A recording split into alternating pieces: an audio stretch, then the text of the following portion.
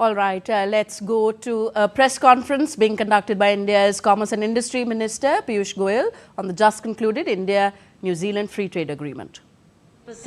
So that is the level of gain that we will experience for our exports to New Zealand in all these areas.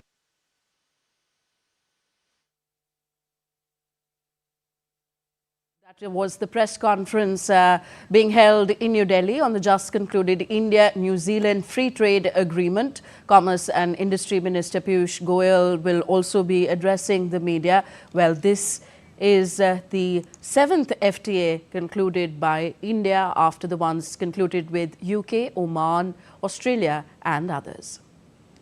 Per hectare production in New Zealand compared to that in India is over 5 times. So we thought it essential that since this FTA is about complementarities, we take from New Zealand what it is good at and pair it with something that we are good at. So this Agriculture Technology Cooperation comes from that in 3 areas. We have accorded market access through quotas, further capped with seasonal imports into India and MIP. My next slide will show the exact details of these quotas. Number 1 is a Manuka honey. This is their iconic product. Current is 66% of duty. We've given them a quota of 200 metric ton and it has a MIP of $20 and $30 per kg. Apples, our current duty is 50%. Our current imports from New Zealand are 31%. The quota we have given them is 32,500. It will increase to 45,000 in 6 years. Within this quota, they will get a 25% duty. Out of this quota, they go back to the duty of 50%. Once again, this is at a MIP of 1.25 per kg. Kiwi fruit, current applicable duty is 33%. Our current imports are 5840 metric tons. We start with a quota of 6250, goes up to 15,000 in 6 years. MIP of 1.8 per kg. And at this, it is 0% duty. And out of quota, it is 50%. So roughly, it will be half of 33%. All these 3 areas, New Zealand is giving us extensive agri-tech cooperation covering plant management, planting, the orchard management, supply chains, packing, etc. The final quota that we have given in this FTA is on albumins, including milk albumins. The current import levels of New Zealand are around 3,500. We have given a quota starting with 1,000 metric tons. This will have a duty of 11%. Anything outside of this quota will continue to attract 22% of duty. Just a pictograph showing the agricultural productivity arrangement with the nuances of how we have built it in. Gains for New Zealand in goods. Presently, our average is 6.2%. On entry into force, the average becomes 13.18% in terms of duty, and going on to the 10th year, it becomes 9.06.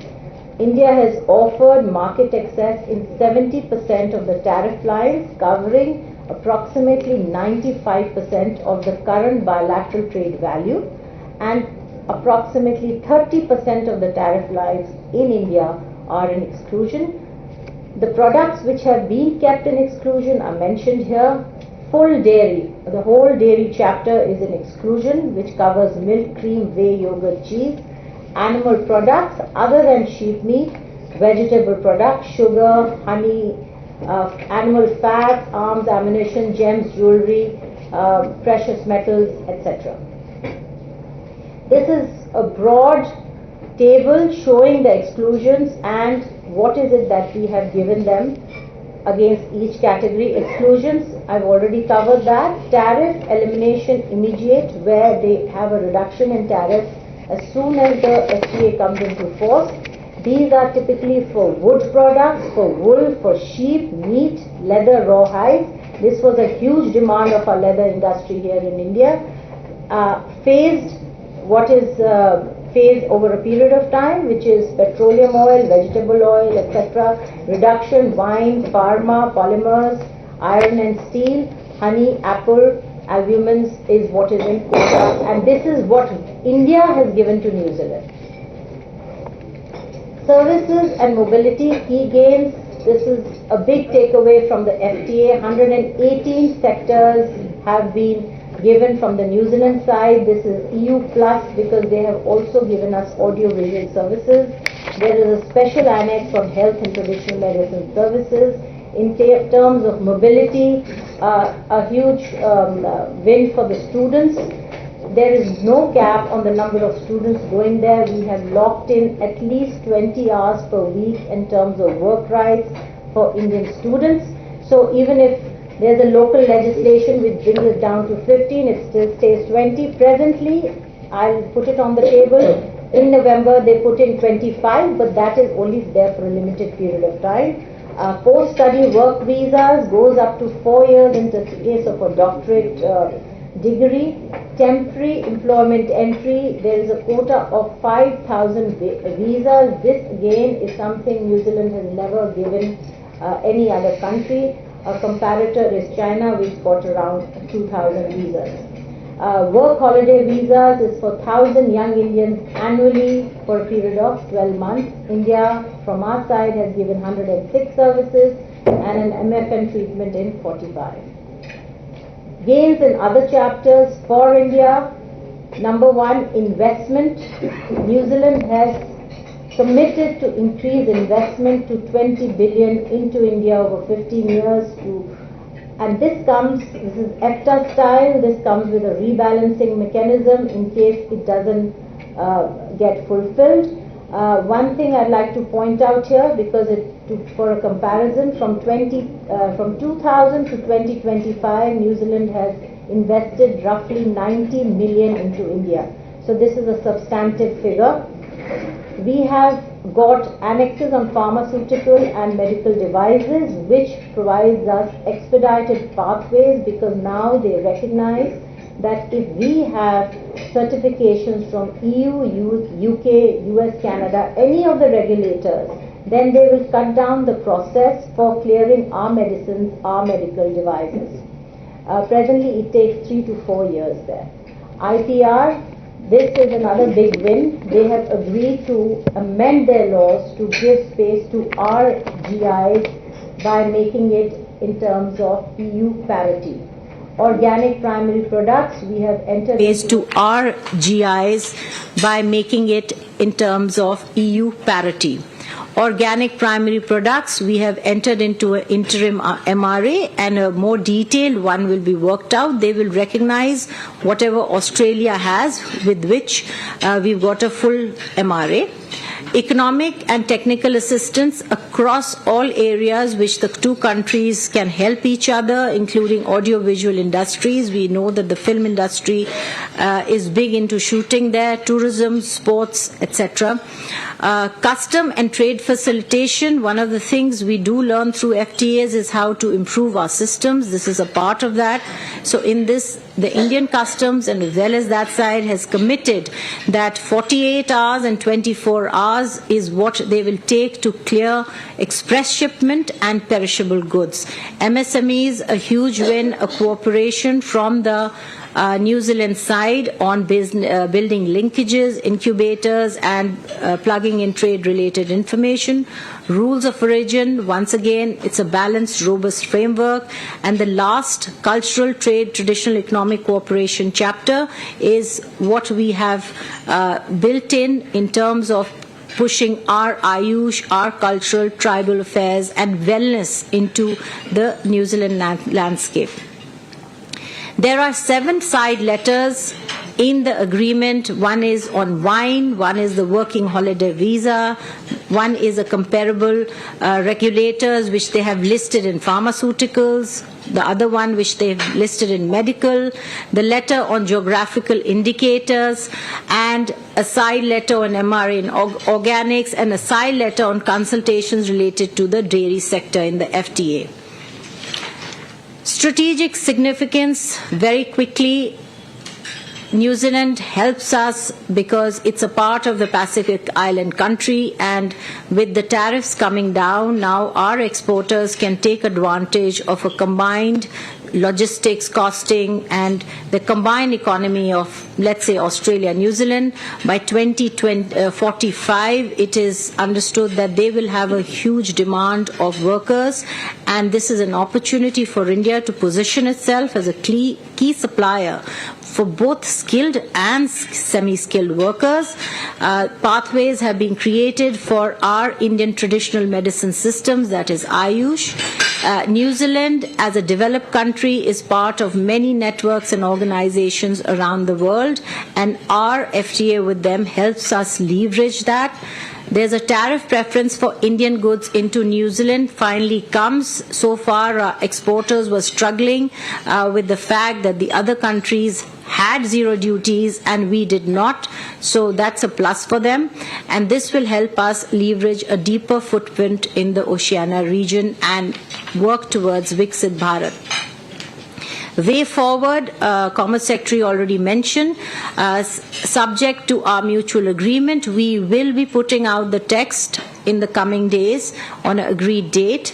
There are processes to be completed on both sides, domestic processes. Once that is done, we would be going for signing, and EIF sometimes next year, little after the middle July, August, is a tentative day we are looking at. As of now, it's not decided.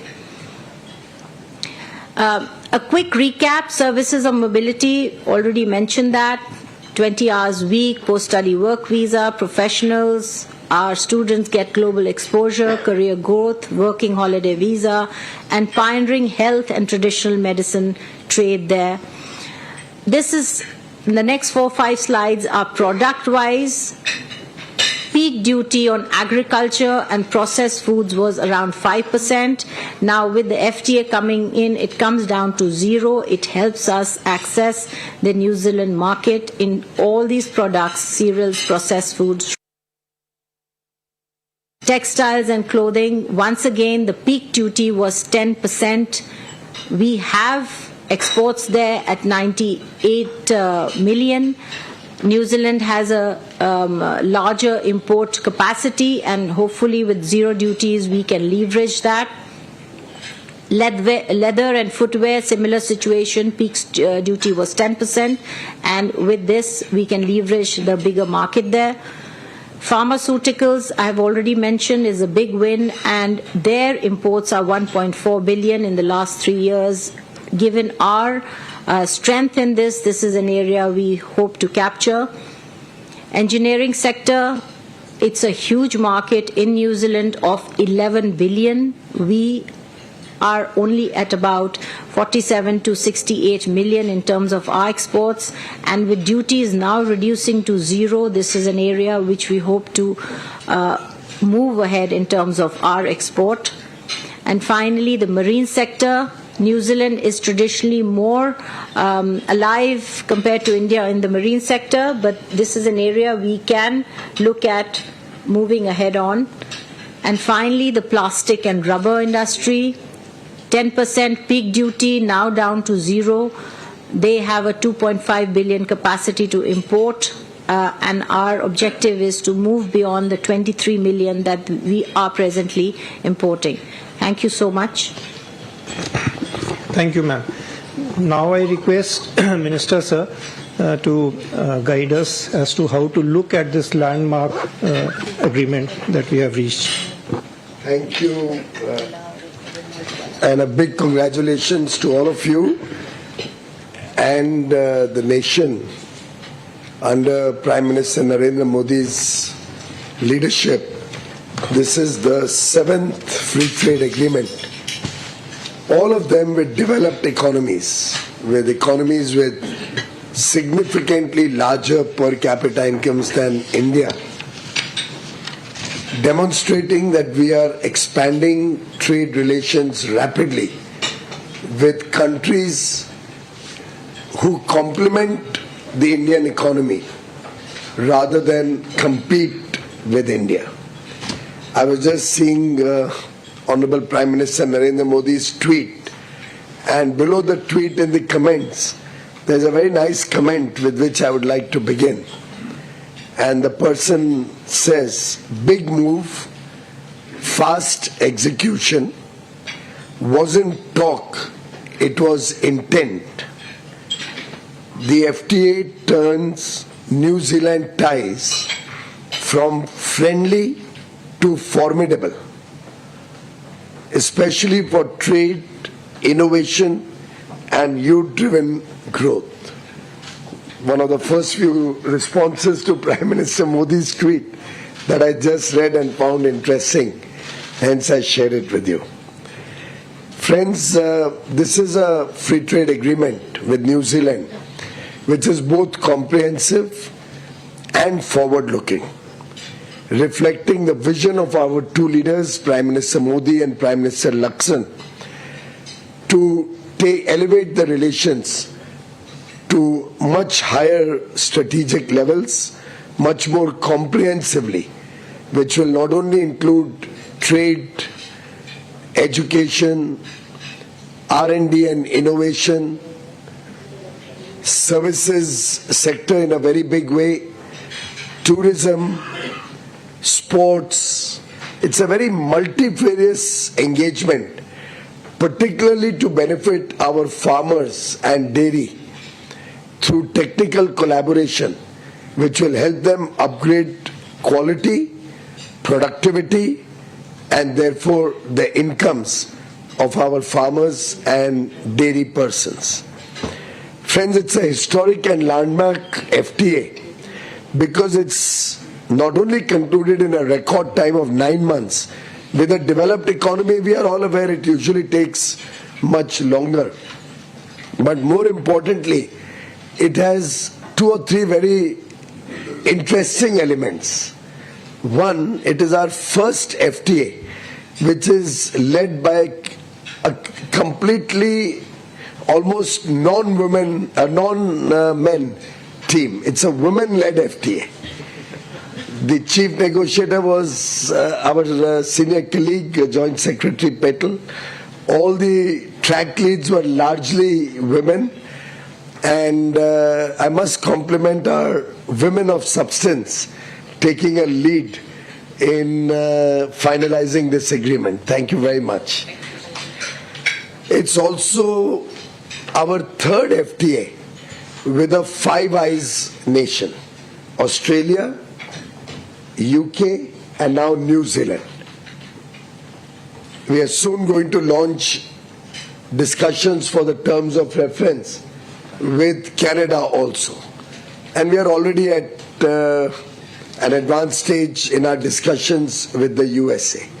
This reflects the growing strategic importance of India in world geopolitics. One must also recognize that this nation with a smaller population, smaller GDP, has high growth potential. Our current trade being a small proportion of their overall trade in goods and services, the upside that is available for us is very huge, both in goods and in services. And having gained access in a large number of service areas, including audiovisual, and 100% access in goods, we see tremendous potential for doubling this trade in the next 5 years, possibly greater than doubling this trade. And our complementary strengths between New Zealand and India, whether in agri-tech, whether in food processing, whether in clean energy and renewable energy, whether through mining, whether through our talent and skills of our young professionals, opportunities for dual degrees and setting up campuses of prestigious universities in India, while also encouraging Indian students to go to New Zealand and gain high quality education, and promoting MSME manufacturing in India. This FTA provides opportunities for all sections of our export community, opens up new doors for new exporters with new products wishing to diversify their export basket, and at the same time helps every region of the country, north, south, east, west, northeast, in different areas. It has some very interesting new elements of technical collaboration in fruit cultivation, in honey production, and other areas, including dairy, where they will bring latest modern technology to India to help our farmers, our dairy persons increase their incomes. It will certainly be a great boost for labor-intensive sectors like textiles, apparel, home decor, footwear, rubber and leather, while also encouraging export of automobiles, auto components, machinery, electronic goods, electricals, pharmaceuticals and chemicals. This shows you the wide range of products that will benefit, particularly areas where either there were high duties or some areas where there were barriers to trade, which we have both agreed to simplify and smoothen for faster access to their market. In terms of mobility, you are well aware, students who go to New Zealand to study will now be eligible for a 2-year work visa if they take a degree course, 3-year work visa if they take a bachelor's degree with honors, a 3-year work visa if they graduate in STEM disciplines, science, technology, engineering and mathematics, and a 4-year work visa when they do postgraduate studies in New Zealand. It's also interesting that almost 5,000 of our professionals who are yoga instructors, chefs, Ayush professionals, IT or educational teachers, nurses, caregivers will get professional visas for serving the New Zealand economy. We have also been able to open up 118 sectors which will also give us an opportunity to participate in tourism, IT, telecom, audiovisual, etc. We are very happy to report back to the nation that for pharmaceutical products, there will be a fast-track mechanism for approval of Indian pharmaceutical products, which will open up the doors to the New Zealand market and help us capture a larger share of their current imports of pharmaceuticals and medicines, drugs.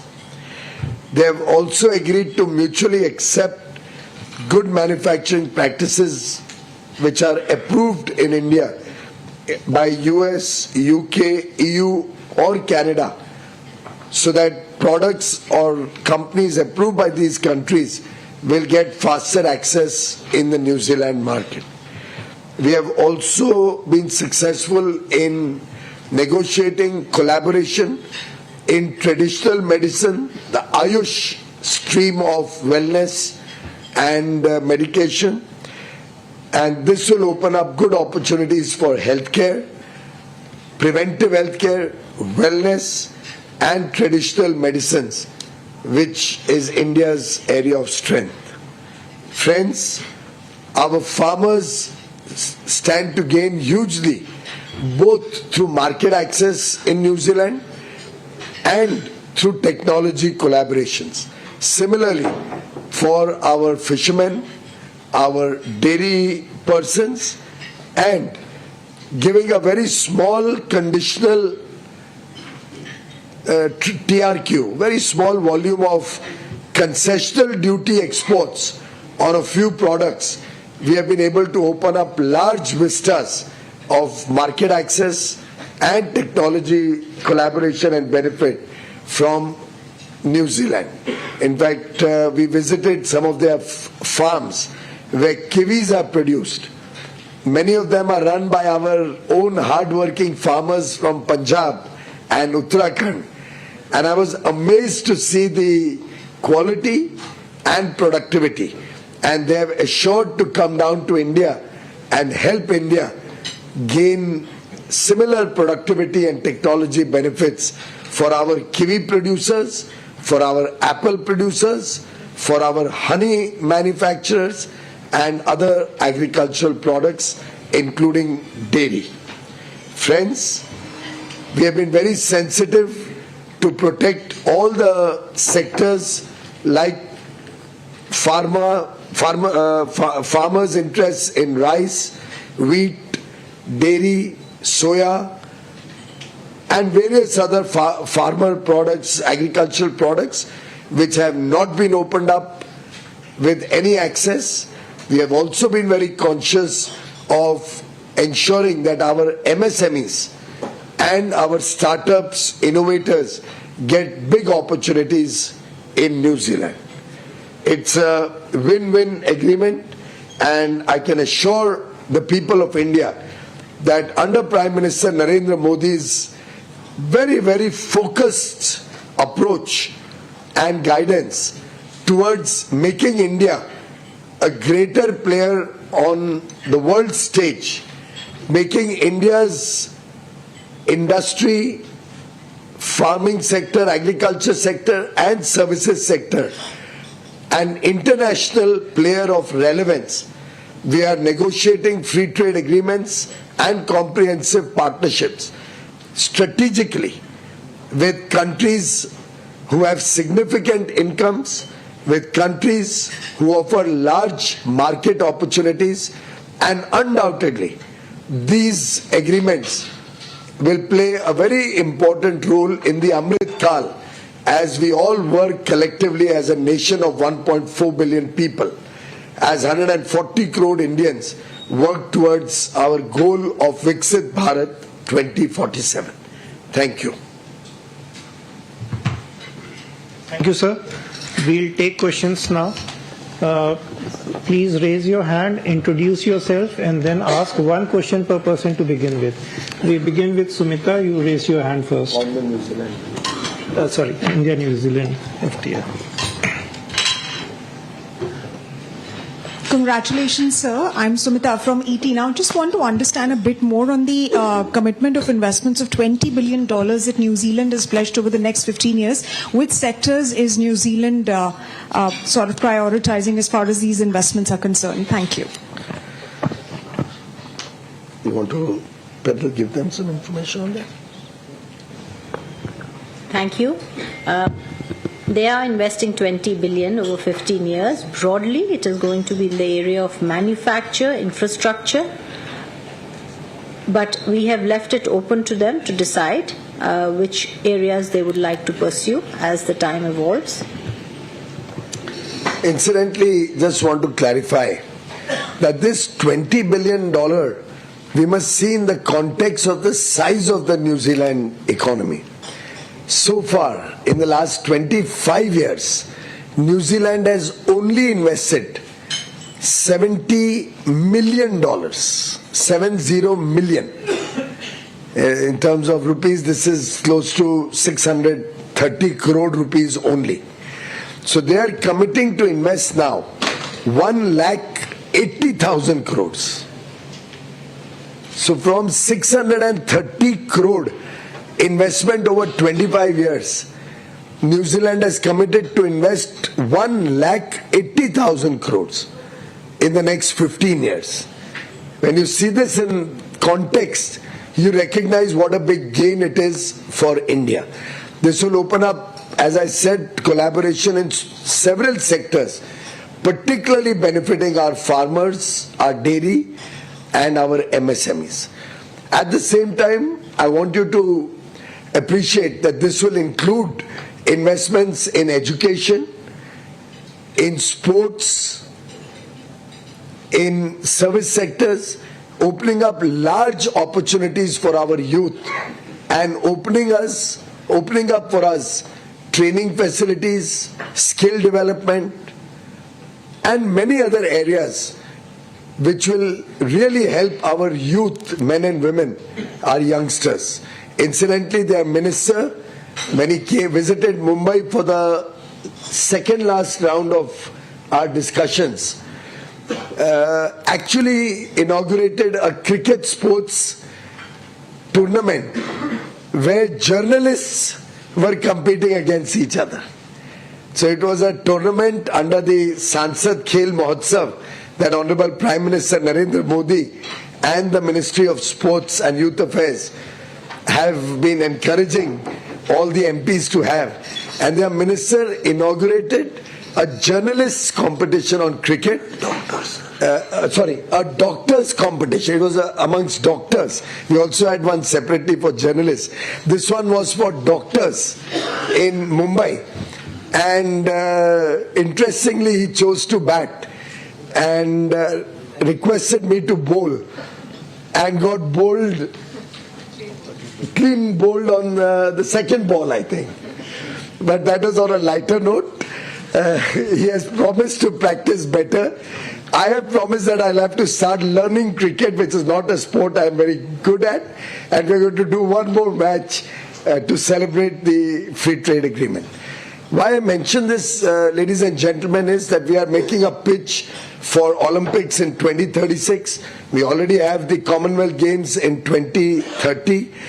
Sports will be a big area of collaboration and investment from New Zealand, and I would encourage Indian young startups and youngsters who are looking to go into the sports fraternity to look at this agreement very carefully and take interest in this.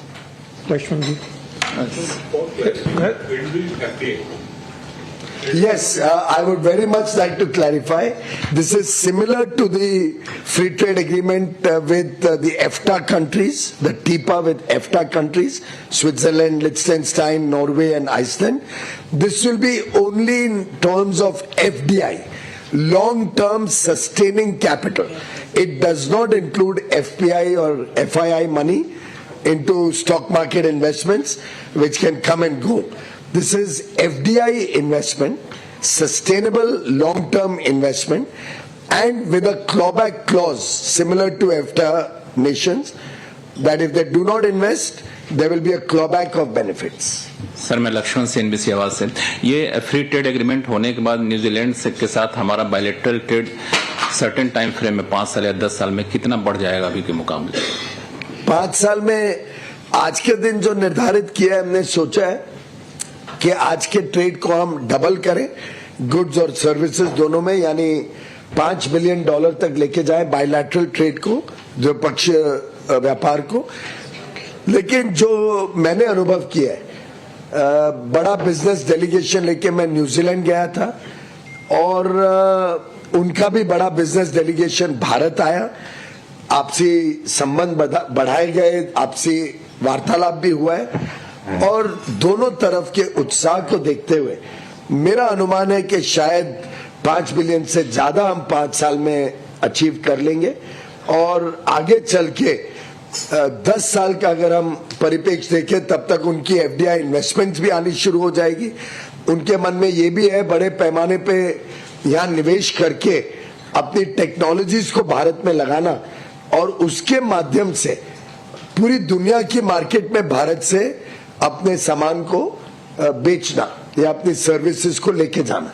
तो New Zealand के द्विपक्षीय व्यापार में तो बढ़त आएगी आएगी, लेकिन इसके कारण बाकी देशों में भी हमारा निर्यात बड़े पैमाने पे बढ़ेगा। अमिती। Hi sir, Amity from Hindu Business Line. Sir, like in all the other FTAs, we have managed to protect our dairy sector in the New Zealand one as well. I just wanted to understand the significance of the side letters, sir, since there is one on discussions on dairy. Well, it's just that if we ever give dairy concessions, and you're all aware we have not opened up dairy in a single FTA for anybody. They were concerned that if we open up dairy for some other comparable economy, where the per capita GDP is similar, the size of the economy is similar, the dairy production level is similar to New Zealand, then at least they should have an opportunity to discuss with us whether we can extend similar benefits to them. A, India is never going to open up dairy, so that concern really doesn't matter. B, it's only a consultation, no commitment. Incidentally, we have also done an agreement to promote greater investments, that they should bring their raw materials or ingredients to India, process them and create high quality dairy products in India, and 100% of that will be re-exported from India. What I just mentioned about investment flow. That way, this will help us not only increase exports to New Zealand, but their investments will help us to increase exports and become a dairy exporter to other parts of the world. And that will be through a fast-track mechanism, because we would like to fast-track investments coming in for the purpose of re-export. Shruti. So just wanted clarity on the mobility thing. The 5,000 visas, these are temporary visas over and above what mode we get in the mode 4 right now? Yes. This is additional. That's right. The mode 4 visas that we get is for provision of services under the 118 sectors that we have opened up. These are sectors which are traditionally not there in the opening up of 118 sectors. Like if a lot of Indian restaurants all over the world, including in New Zealand, particularly in their tourism places. And we are all aware how much Indian food is becoming the preferred food of choice worldwide. So our chefs will get very good opportunity to go there and take Indian delicacies to New Zealanders. By the way, remember that a chef going there is not just one chef going there. As more and more Indian foods become popular, it promotes export of our tea, our coffee, our fruits, our vegetables, our spices. All of these also get promoted in terms of export potential. Rajiv Kumar ji. Sir Rajiv हूँ दैनिक जागरण से। Sir मेरा सवाल है, आज हमने New Zealand के साथ conclude किया, इससे पहले जस्ट ओमान के साथ किया, उससे पहले यूके के साथ किया, और ये सारे जो हमारे एफटीए हैं या सीपा है वो अगले साल इंप्लीमेंट हो जाएंगे। तो आप नेक्स्ट फाइनेंशियल ईयर में इंडियन निर्यात को किस लेवल पे देखते हैं? और दूसरा जो लगातार हम और भी कई पाइपलाइन में हमारे एफटीए जो अगले साल सर कंक्लूड हो जाएगा, तो और दूसरा क्या ये लगातार एफटीए जो हो रहा है इससे क्या यूएस हमारे साथ जल्दी निगोशिएट करने के लिए तैयार हो सकता है? और आज हम न्यूजीलैंड का फ्री ट्रेड एग्रीमेंट सेलिब्रेट कर रहे हैं आपके साथ, और मुझे विश्वास है कि और बहुत मौके मिलेंगे ऐसे ही सेलिब्रेट करने के अन्य विकसित देशों के साथ, अन्य देशों के समूह के साथ एफटीए सेलिब्रेट करने के, और देश का व्यापार अंतर्राष्ट्रीय स्तर पर और भारत के अंदर भी उसकी गुणवत्ता, क्वालिटी सुधरे, उसकी पोटेंशियल बढ़े, और भारत में नई नौकरियों के, रोजगार के अवसर बने, यहाँ का व्यापार बढ़े, यहाँ की एमएसएमई सेक्टर को नई टेक्नोलॉजी से हम और आगे लेके जा सके। इस सब के लिए ढेर सारी अपॉर्चुनिटीज ऑलरेडी आई हैं, आगे चल के और आएंगी, और माननीय प्रधानमंत्री नरेंद्र मोदी जी का रिफॉर्म एक्सप्रेस निरंतर बड़ी तेजी से आगे बढ़ता रहेगा, देश को नई ऊंचाइयों पे लेके जाएगा, और 140 करोड़ भारतवासियों के संकल्प को, विकसित भारत 2047 तक बनाने के संकल्प को 100% अचीव करेगा, उसमें सक्सेसफुल होगा।